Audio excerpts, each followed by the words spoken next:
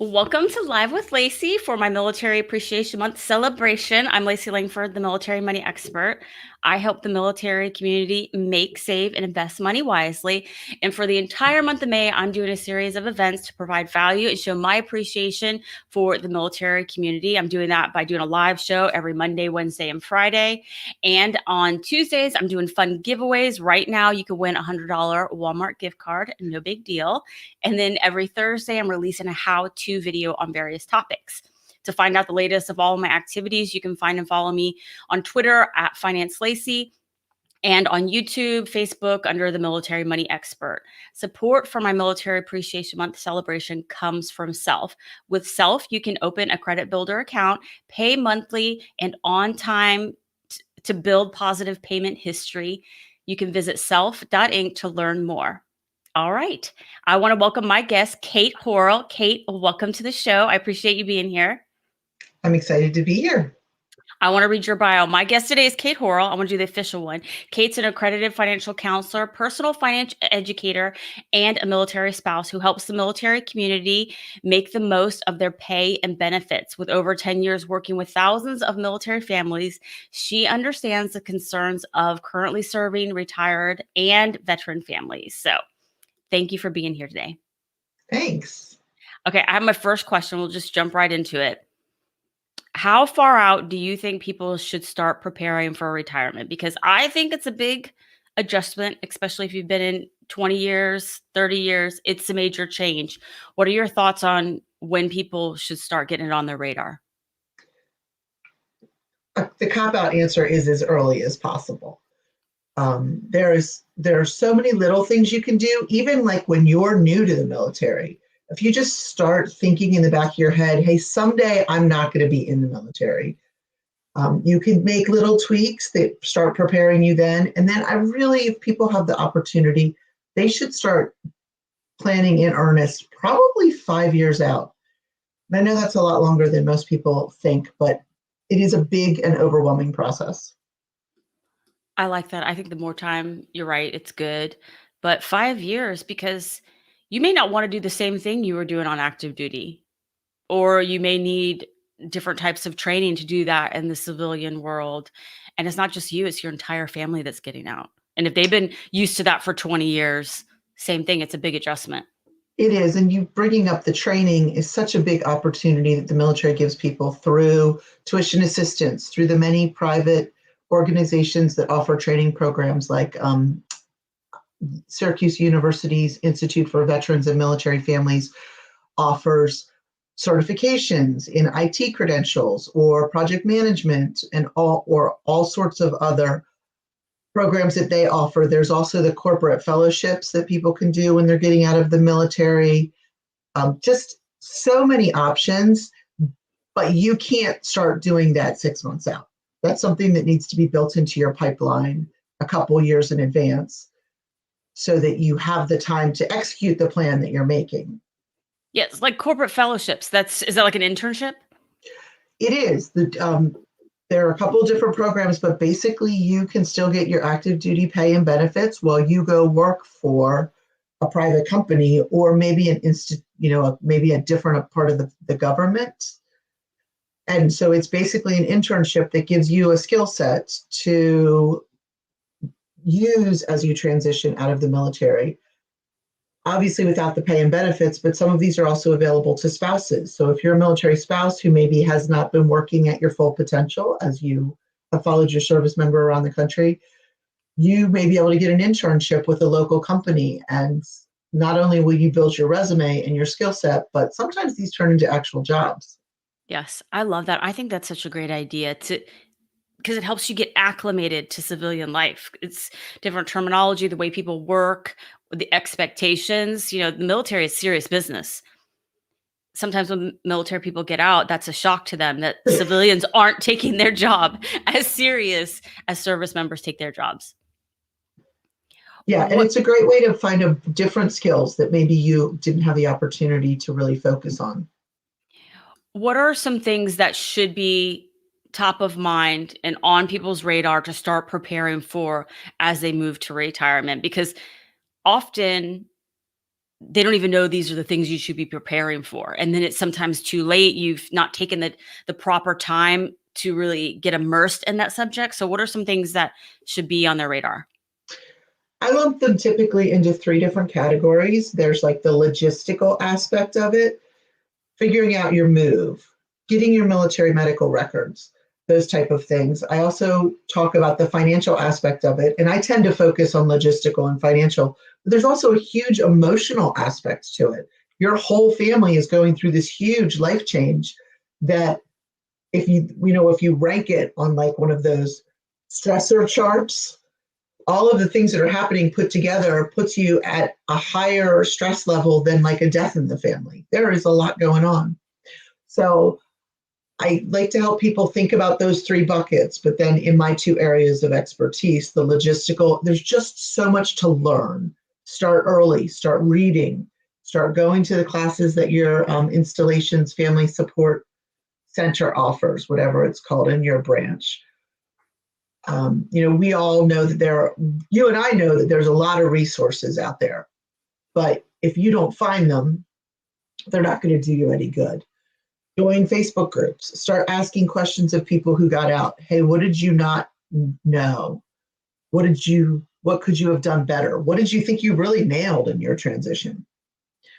Yeah, I think that's a really good point about asking, because I've been in meetings where it's almost like I think people make fun of me because I'm so passionate about, hey, you need to be taking the transition out of the military serious. Like if you think it's a problem now, it's going to get real bad once you get out. And I'm always harping on that.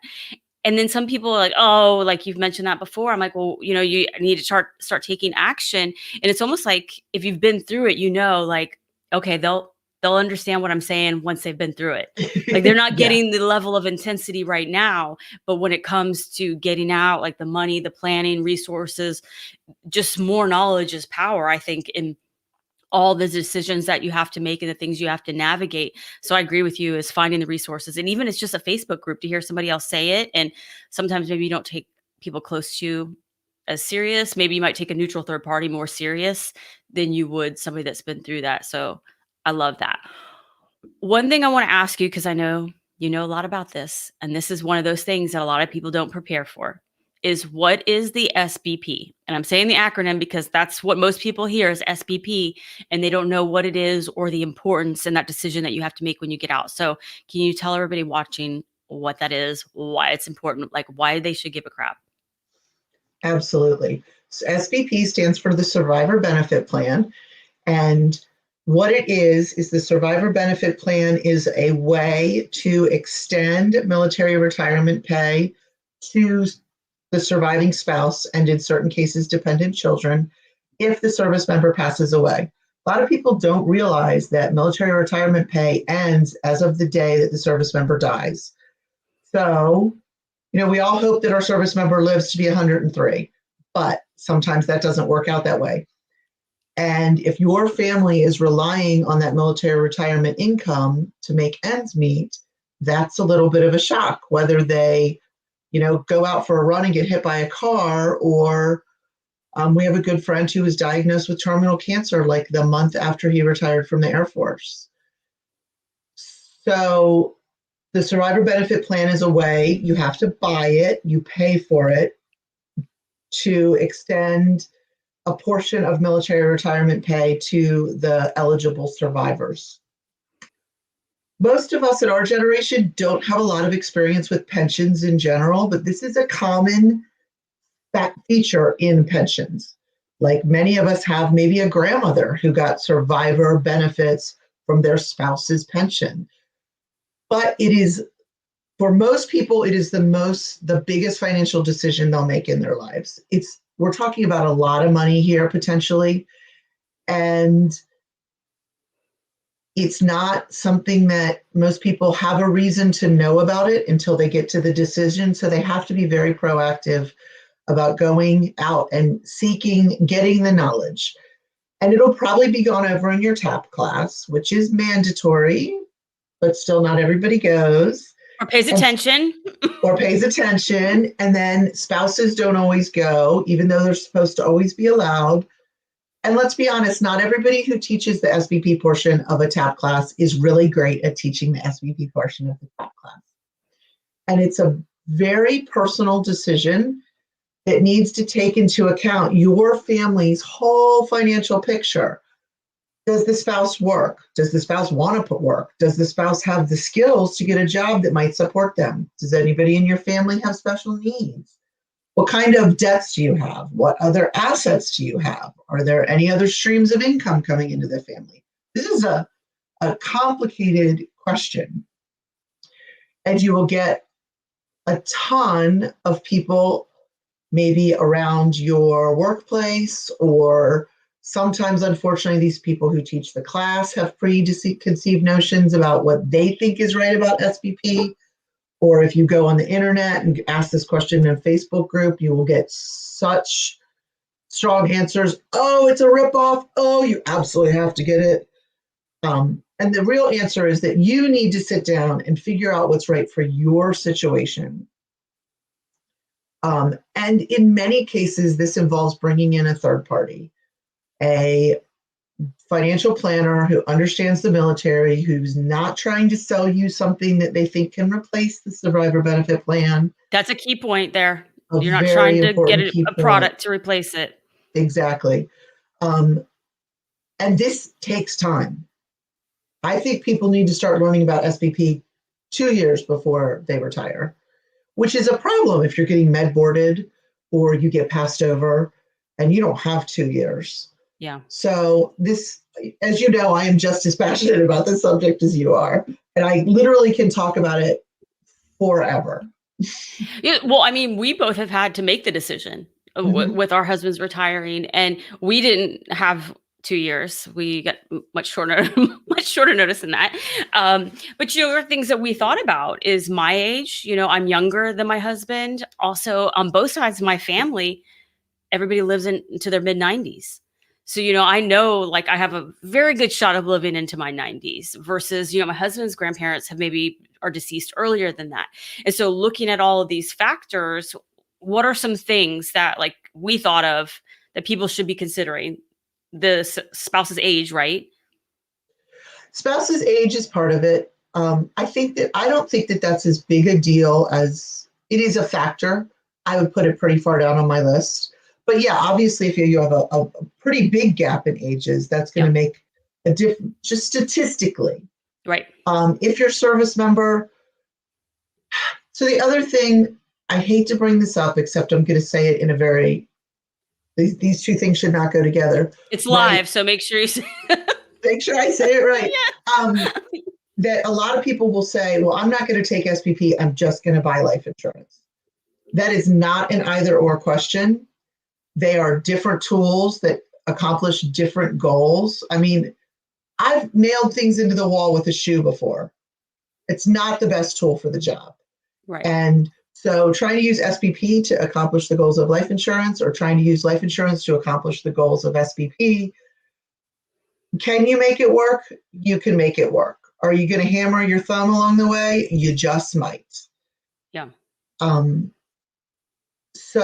But one of the things that comes into this, if you're making the decision and you're thinking, oh, well, I'm just going to replace it with life insurance, which I don't recommend you do unless life insurance is actually the right tool for your job. But a lot of service members are uninsurable. Like that's just the fact of the matter is that we all know that the military is very hard on bodies. People develop conditions that make them uninsurable.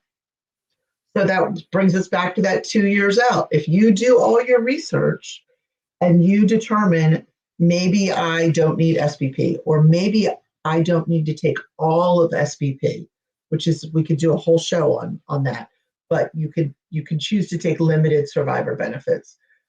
But I also need life insurance to accomplish this other goal that I have. You need to make sure you can get life insurance. Yeah.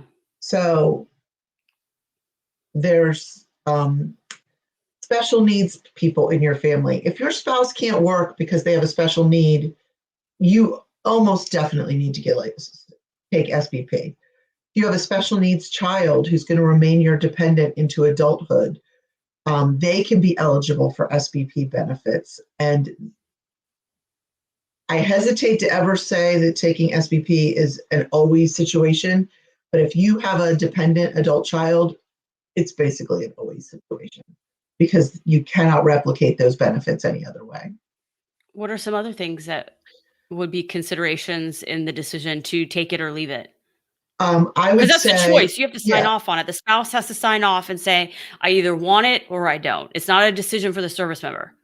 right. So other big decision factors are, what are your spouse's other options if something happens to you? I have a friend who's a physician. If something happened to her doctor, she would put her kid in daycare and go back to work as a doctor. Yeah. Doctor. And they would probably be okay financially. So for her, it's more of a question of a lifestyle choice. But we all know that because we as military spouses have often had to make some career and educational decisions, you may not have the ability to run out and get a job that's going to support your family. And if that's a true case, then maybe SPP is significantly more important. If you have a ton of debt, maybe SPP is more important to your family than somebody who's 100% debt free. Now, we should probably throw in here that SPP is basically a one and done decision, which is the other reason that it is so vital that people take the time to become educated so that they make the right choice at retirement. There is no reasonable way to get back in if you didn't elect it at retirement. And there is one window between months 24 and 35, 25 and 36 in the third year to opt out of SBP. There are a few exceptions if you get married after retirement, if you're 100% disabled and are pretty sure that the spouse is going to receive dependency and indemnity compensation. There are a few ways to get out, but they're very exceptional. So when you're making your decision, you should think of it as if this is the only time I'm ever going to have the chance to take this option. So I think not everybody remembers or completely understands that it is a one and done. Yeah, if you all remember the whole debacle about the BRS decision, like you have this window to make the decision and this is kind of done. You can't go back. That's how it is. So you need to definitely put time and energy into making the decision. How can people learn more? I know you have a lot of information on your site. That's one place, right? You have at least one article on it. I have probably 10 articles on it. And I will throw out there that if you Google Kate Horrell, places to learn about SBP, one of my articles is actually really just a list of resources. And I break it down into the learning about SBP portion. So this is just where you're reading about the program yourself and you're becoming familiar with the ins and outs of it. And then there is like understanding all the little nuances of it, I feel like is another section. Then there's actually applying that information to your family's unique needs. And I've got a ton of resources, places to go read at the Department of Defense, at DFAS, at the VA, at articles that I've written, articles that other people have written, places that you really can get a thorough education about the survivor benefit plan. If you go to someone to get help with this decision, and as Lacey and I said, please go to someone who's not trying to sell you an alternate product. But the more educated you are before you get to that person, the better that conversation is going to be, and the more productive and the more likely you're going to come out of it with the right answer for your family. Right. Because people, want to ask me about that. I'm like, that's a big decision that, you have to, there's a lot of personal information that goes into that decision making. And one of them could be just like, it's peace of mind. It Like is. that at the very basic, like that. Some people just want it because it is peace of mind that if something happens to the service member, the spouse will be taken care of, especially if they haven't, maybe their education and their earning potential isn't as high as the service members. It's peace of mind at bottom line for some people. And so it really, you can't, people, I'm sorry, the best way to say it is when I hear people say, oh, you should do it or you shouldn't do it, when they just say that outright, I think you're not doing really well, because that is the worst way that you should talk about the SBP. Is it should be like, well, this is a personal decision, one that you have to weigh the pros and cons and think about the long term, think about the numbers, all these things that go into the decision. Not like most of the time it's good for so and so. And, so I think you have to be careful and not listen to other people, but really take the knowledge, weigh it out, and then make a decision for you and your spouse or your Yeah. spouse. Yeah, As you know, I can't literally, I could stand up here and talk about this for 8 hours I know. I know. because, That's why I asked and you that question. because it's important to me that people do make the right decision. I've often heard people use the argument, and it's not an invalid argument, but I've never known anybody who is sorry they took their spouse, the day and their spouse elected the survivor benefit plan. I think there's a little bit of confirmation bias that comes out. I think it's confirmation bias. If not, it's something very similar. That you're only hearing about that from people who took it. But I will say that my grandfather elected SBP when he retired in 1960 something. And even though he outlived my grandmother and paid a lot of money into SBP over the years, he still feels that that was 100% the right decision to take care of his family. And that, yes, it did cost money, but it provided coverage that they needed. Right. But I think you made a good point. If you have zero debt, the military spouse has very high earning potential. The money, the difference that you would be paying into the SBP could be invested elsewhere. So there's all these things that can go to the factor that it might not be for you, but you should talk to maybe a third party and have that review to make sure that you've thought through the numbers correctly. Yeah, I will say that this is, we're all constantly learning and getting better at what we do. And up until about, I don't know, maybe 10 years ago, maybe a little less, I really thought everybody should take SBP. And then I started meeting more people who maybe both spouses made as much money, or maybe the military spouse was, in fact, doing better than the service member was, and they were debt free and they had assets, or maybe they didn't have little kids at home, or whatever the situation may be. That I went, oh, okay, there's more to it. And then every year I just learn one more little nuance, like, wow, and there's still more to it. And I Yeah. study this all the time and I'm learning new things. Right, because each person has their own circumstances or situations, and the service member, like you said, could have some issues, or they could have medical problems, some type of family history, or something that's new developed. So you just never know why you should be for it or why it's not for you. It really is up to you. So I think having the knowledge, like you said, is what's important to make an informed decision. I want to show you. Jen said this is I will say that whether they choose it or, oh, hi, Jen. I will say that whether a service member and their spouse choose SBP or don't choose SBP, the people I know that are happy with that decision are the people who took the time to become educated about it, to really crunch the numbers and look at a wide range of factors before they made their decision. Their happiness is not predicated upon what decision they made. It's about how prepared they were to make a good decision. And the first time they heard about this wasn't when they walked in, when they filled out, I think everybody does it online now. When you fill out your form, your 25th, 2656 maybe, I didn't know your you were going to quiz me on application, 4 numbers. it's it's the application for retirement pay that everybody fills out, I don't know, 6 weeks out before they retire, and they have to fill out this SBP block. And if that's the first time you've heard of this, chances are, even if you made the best decision for your family, you're not going to be happy because you're just going to feel like I just threw something out there. Well, that goes back to one of the first question I asked you and what you said about how long people should start preparing. 5 years out makes more sense, because at 5 years, the question, to be talking about is, what is a military spouse going to be doing at retirement? Are you going to be working? And maybe what is the potential for your salary or your earnings? Because that is going to be part of the decision for the SBP. And if you are preparing 5 years out, one, you would know SBP is going to be a decision you're going to have to make, and start planning what that's going to be. I think the day you join, you should plan your exit strategy, but because at some point you're leaving. Yeah. So, but I love it. So I'll put up at the end. Actually, I'll put it up right now just so people can have it. But this is Kate's website, so you can find information about the SPP there. She's definitely a wealth of knowledge when it comes to the subject. So Kate sometimes doesn't want to be that wealth of knowledge because she gets all the questions, but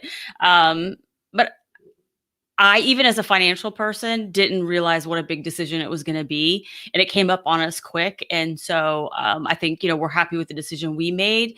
But it's something, again, I know because I've gone through the experience of my husband retiring, all these things that come up. And it's like, you're drinking through a fire hose and you're planning your life after the military. And a lot of that has to do with where our kids, we got to get our kids situated. We got to, figure out employment. We got to figure out, thankfully we retired, we have medical, so that's handled, but it's a lot. And if you can reduce that drinking through a fire hose and start spacing it out in advance, it gets a lot easier.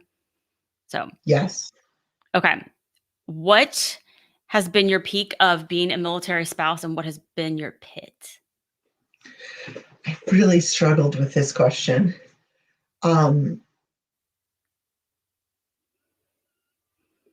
The pit, I think, was definitely something that it was maybe an attitude problem on my part.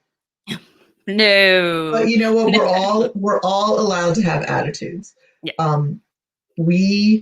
My husband was deployed when I was pregnant with our fourth, and the other kids were 4 and 2 and 1. And he was basically gone my entire pregnancy. He got home, I don't know, 9 days after she was born, something like that. You're like, this kid just magically appeared. And I was pretty overwhelmed, despite having a much better support system than some people do, right? I need to acknowledge the fact that I had a babysitter who came over a couple days a week and just helped me, let me take a shower. What? And I don't want to hear it then. Take out the trash for me. And my sister would come practically every other weekend and do all my laundry. Not everybody has that. That was me rolling my eyes like, I know. Your sister would do that.